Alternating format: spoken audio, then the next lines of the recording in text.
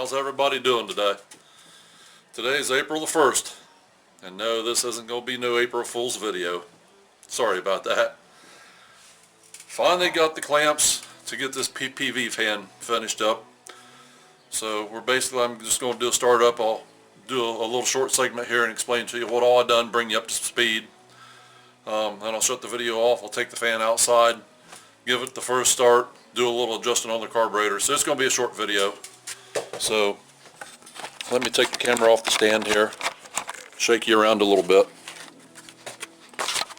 Okay. For everybody who may just be watching this as the first time, what we got here is a positive pressure ventilation fan used in the fire department business, volunteer fire department that I actually run for here in town.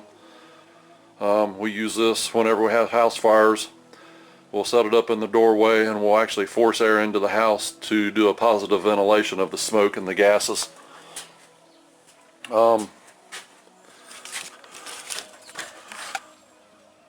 Leaking fuel.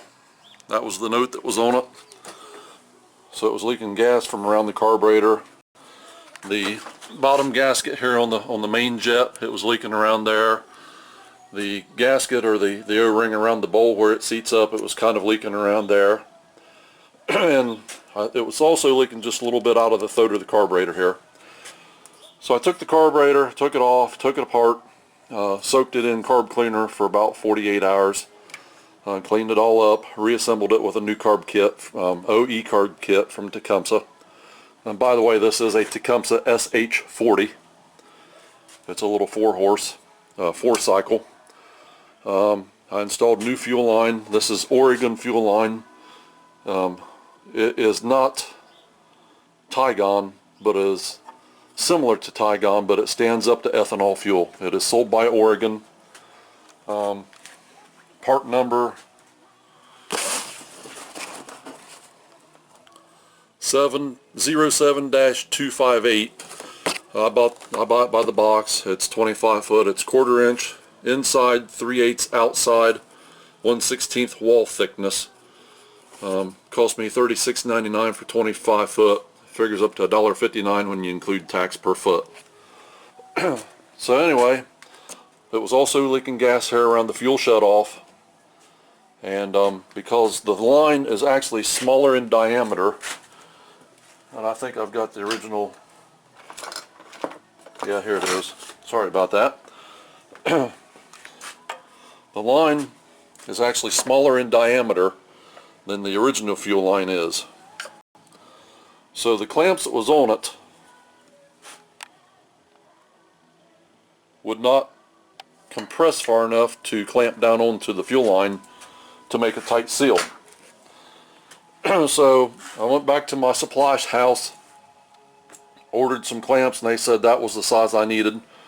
Right offhand, I can't remember what size they give me, but they were too big. They would not clamp down either. Put them on and you just take and move them with your finger. They wasn't tight. So then I went to eBay and I found some that I thought was the correct ones. What I had from Oregon was a 6mm.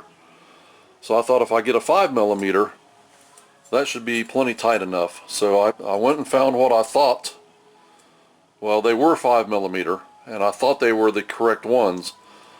And because I failed to pay attention to exactly what I was buying, when they showed up, even the 6mm that I had purchased, because I purchased 4, 5, and 6mm spring clamps, even the 6mm was too small in diameter when it was compressed or expanded out to seal. That was because what I purchased was vacuum line clamps instead of fuel line clamps.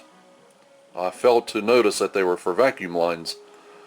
So that kind of put me in another setback. So then I got back on eBay, because now I'm in a time crunch. I've had this thing for a while. Should have been done a long time ago. So I ordered this kit right here. And this kit has like 7, it looks like 8 different sizes. and it goes from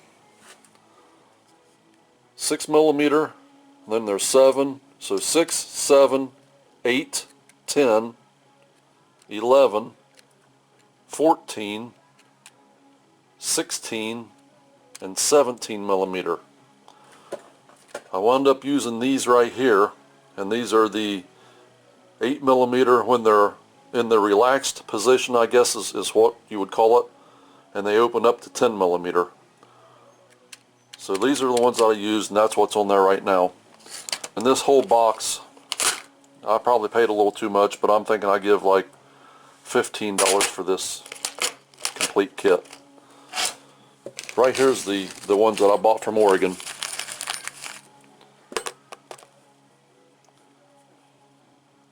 And that's for this size fuel line, the original size.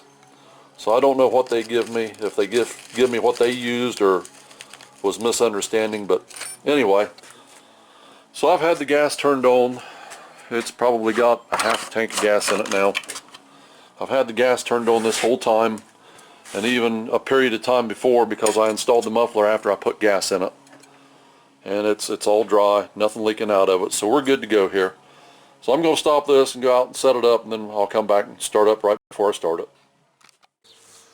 Okay, we're ready to start it. I left the air breather off of it because the idle adjustment is in between the carburetor and the fan housing. I was afraid that if I put the air breather assembly on it, I wouldn't be able to get to it, so I'll adjust it, then I'll put the air breather on and see what it runs like. But we're going to do a first start on it now.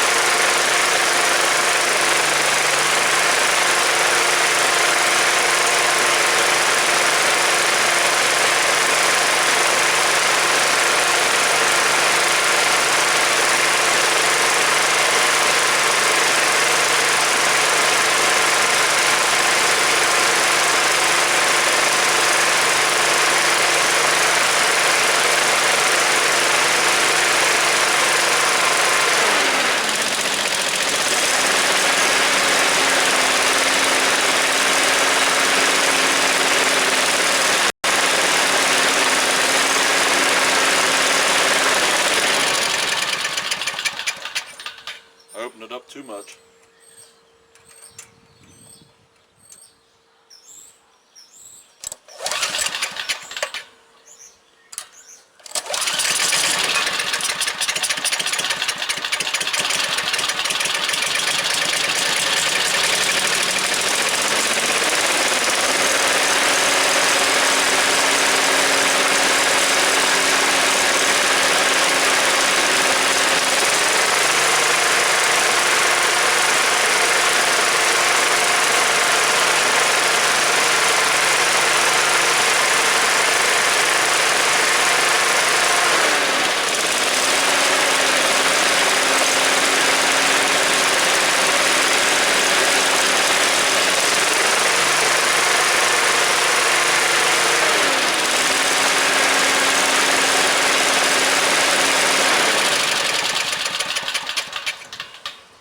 Try it one more time here.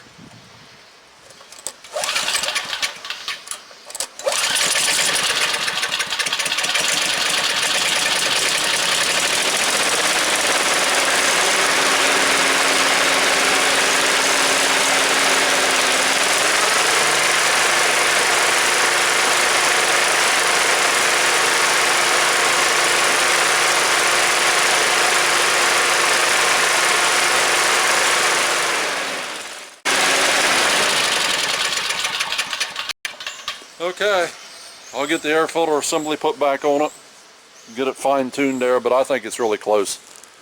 there you go. A Tecumseh SH40 on a positive pressure ventilation fan that's used in the fire service. Hope you enjoyed this video. Thanks for watching, guys, and I'll see you in the next one.